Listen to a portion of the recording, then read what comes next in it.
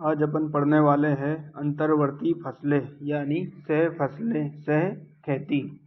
सह खेती से तात्पर्य अपना ये है कि एक ही खेत में एक ही साथ दो या दो से अधिक फसलों को निश्चित दूरी या निश्चित अनुपात में उगाना क्या कहलाता है? अंतरा शस्य यानी इंटर क्रॉपिंग। जैसे कि सरसों के साथ में गेहूं उगाना, जैसे आप देख पा रहे हो, जैसे कि यहाँ पर ये आपका सरसों लगा हुआ है, उस बीच में गेहूं लगा हुआ है। ठीक है, इसका जो वैज्ञानिक अनुपात है वो 9:1 होना चाहिए। यानी 9 लाइन होगी वो गेहूं की होगी, उसके बाद में एक लाइन किसकी होगी? सरसों की होगी। ठीक है, इस अनुपात में इसको लगाया जाता है। इस खेती का मुख्य उद्देश्य क्या है? फसलों के बीच में जो छूटा हुआ स्थान होता है उसका अपने को प्रयोग करना है।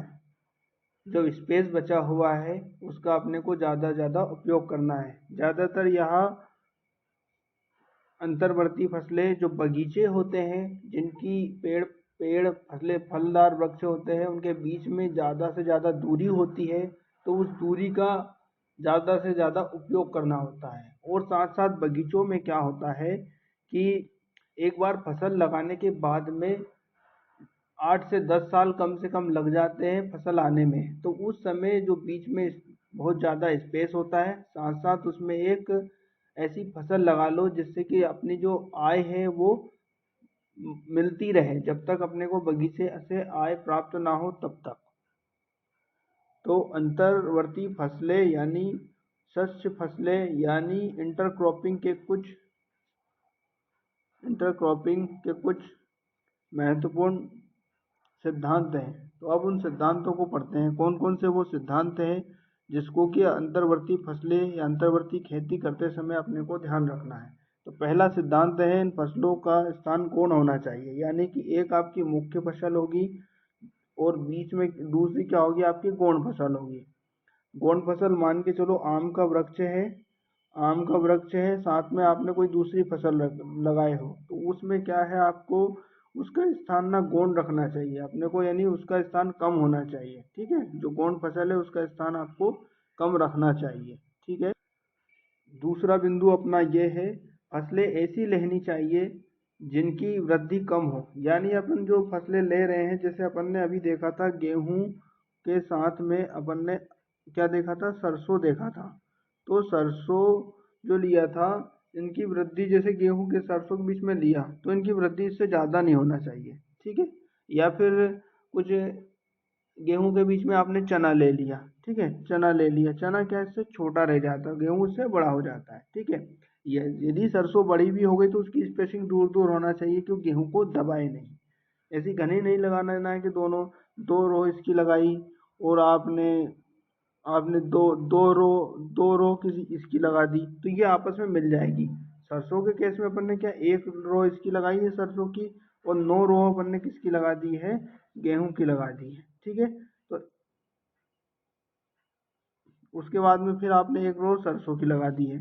तो इसमें क्या है, आपका जो सरसों है वो माइनर क्रॉप होगा। यदि ये दोनों बराबर मात्रा में होती तो सरसों गेहूं को ढक देती। ठीक है, तो ऐसे इस बात का अपने को विशेष ध्यान रखना।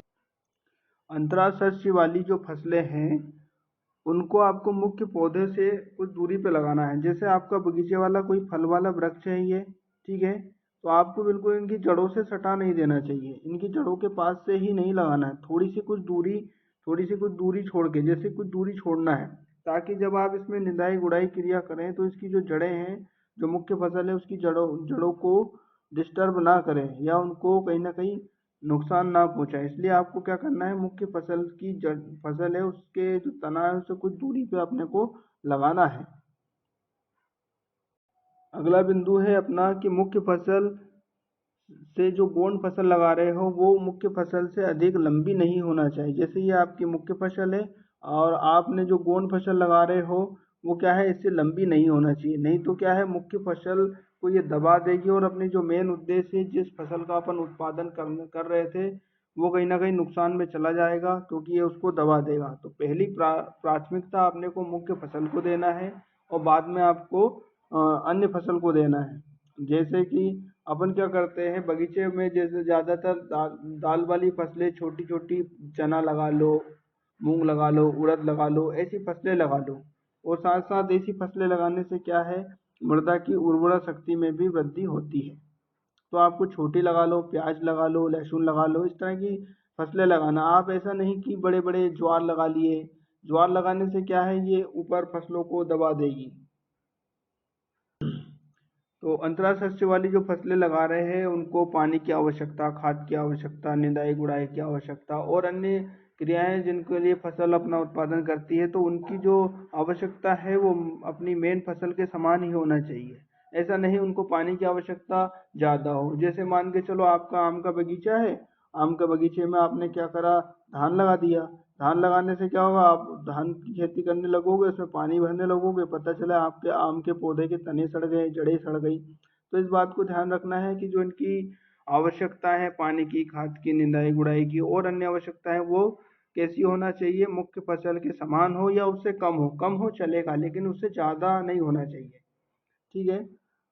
अगला, अंतराशस्यी वाली फसलें की जो जड़ें हैं वो मुख्य फसल तक नहीं पहुंचना चाहिए। क्या होता है, उथली जड़ वाली फसलें लेना चाहिए जो ज़्यादा गहराई में ना ही जाए और अपनी मुख्य फसल की जो जड़ें हैं उनको प्रभावित ना करे। और अगला पॉइंट आप जोड़ सकते हो कि मुख्य फसल, आप इसमें क्या है, दाल वाली फसलों को आपको अवश्य शामिल करना चाहिए, ताकि दाल वाली फसल को दाल वाली फसल क्या है, उर्वरा शक्ति को बढ़ा देती है। दाल वाली फसलें उर्वरा शक्ति को बढ़ा देती हैं। ठीक है, धन्यवाद।